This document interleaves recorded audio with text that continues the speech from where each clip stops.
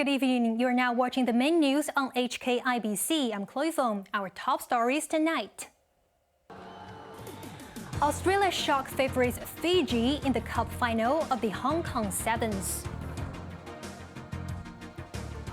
Runners pound the streets of the capital as the Beijing Marathon returns. And Paul Chan identifies key tasks to put Hong Kong's economy back on its feet.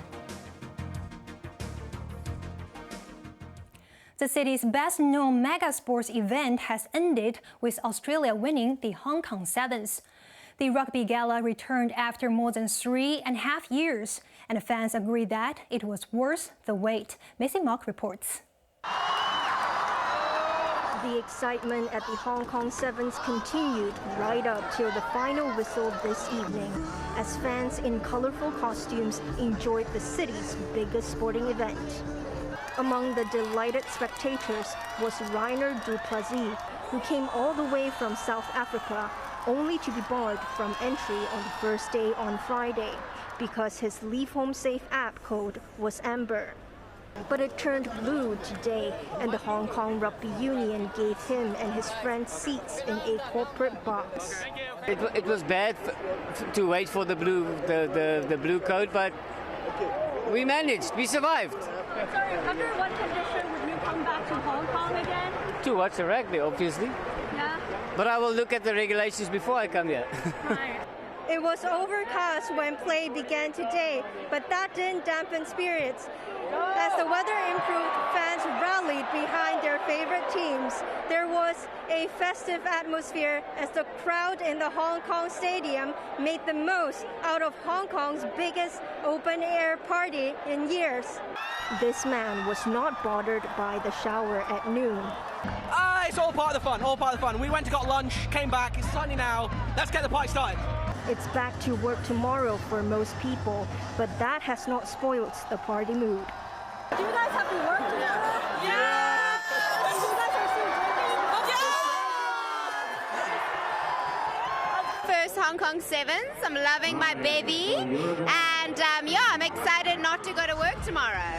On the final day, the officials who turned up included Security Secretary Chris Tang, who praised the atmosphere. Macy Mock, HKIBC. Our reporter Macy Mock has been watching the day's action. So Macy, what is your impression of the Rugby Sevens? Hi Chloe, right now I'm actually at the exit of the Hong Kong Stadium, and people are leaving the stadium right now after the Fiji versus Australia match.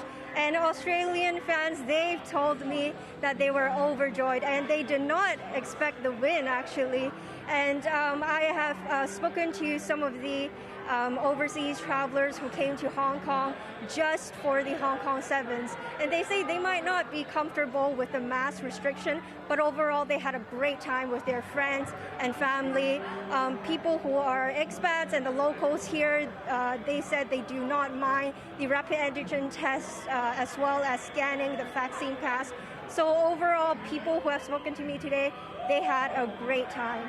Back to you, Chloe. We'll have rugby action in the sports sections, but first, new COVID cases in Hong Kong have dipped to just below 5,000.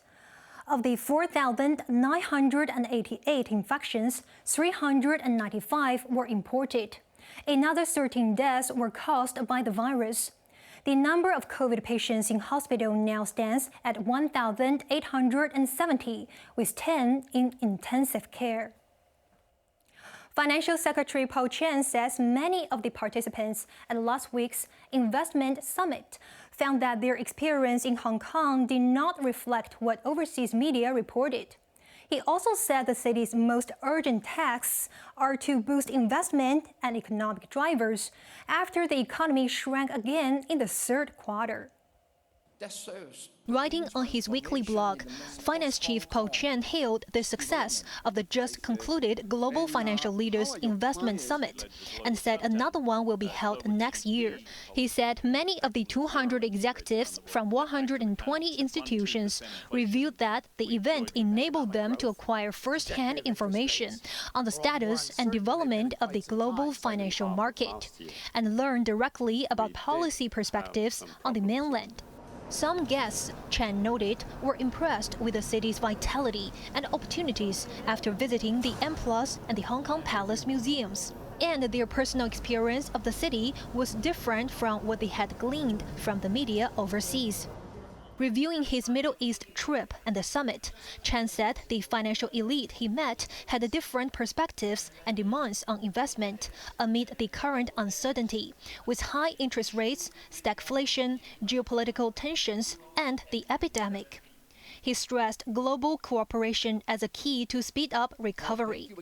Chen acknowledged that the city's third-quarter contraction of 4.5% is not expected to lead to a positive number for the full year, but he believes recovery is possible if COVID is brought under control and external activities resume. The most urgent task for the city now is to boost investment and economic drivers, he said. Chen added that apart from trying to attract enterprises and talent, the government will step up efforts to build infrastructure so that the city can fully grasp opportunities. A labor union is calling for a 6% pay rise for workers next year. The Federation of Hong Kong and Kowloon labor unions interviewed more than 11,000 workers in various sectors and found that more than half of them didn't get a pay rise last year. 10% even had their wages cut, and only about 30% took home a bigger pay packet.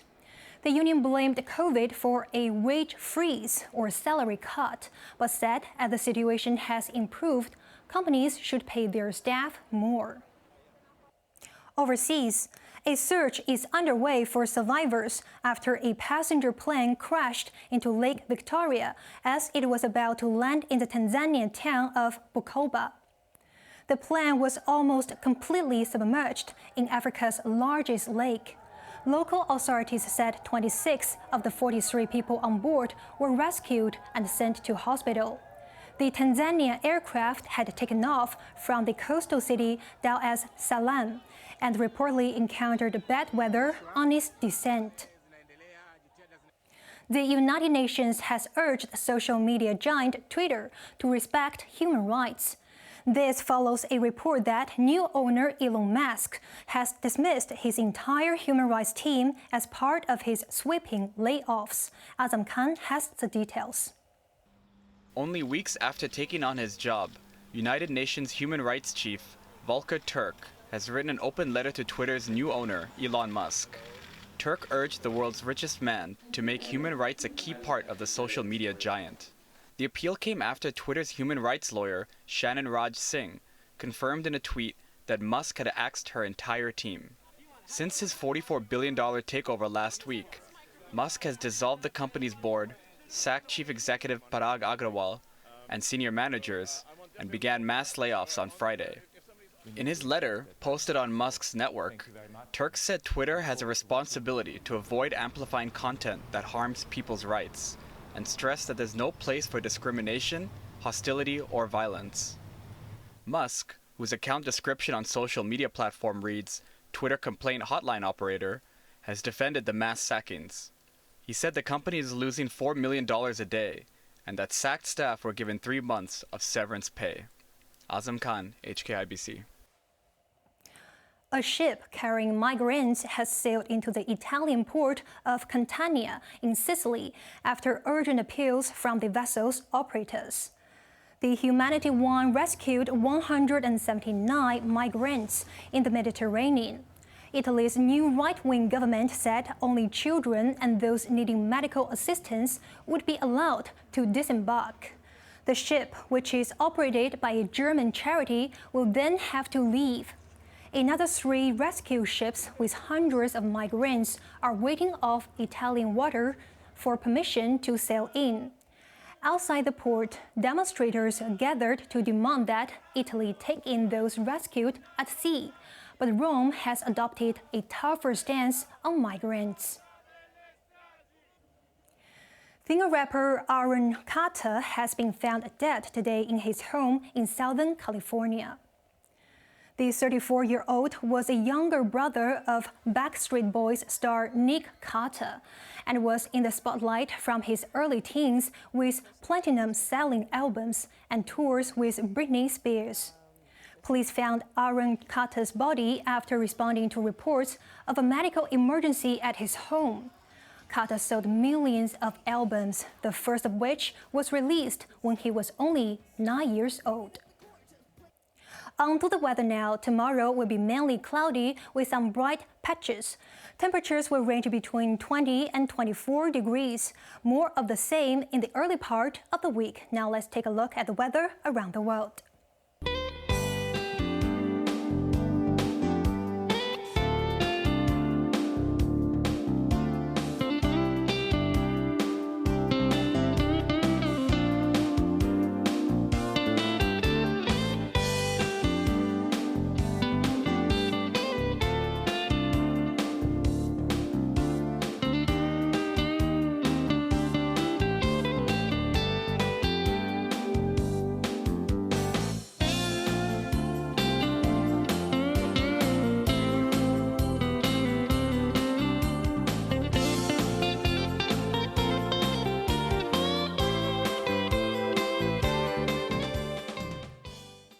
That's our main news for Sunday night. Join us for more news at 11. I'm Chloe Feng. Good night.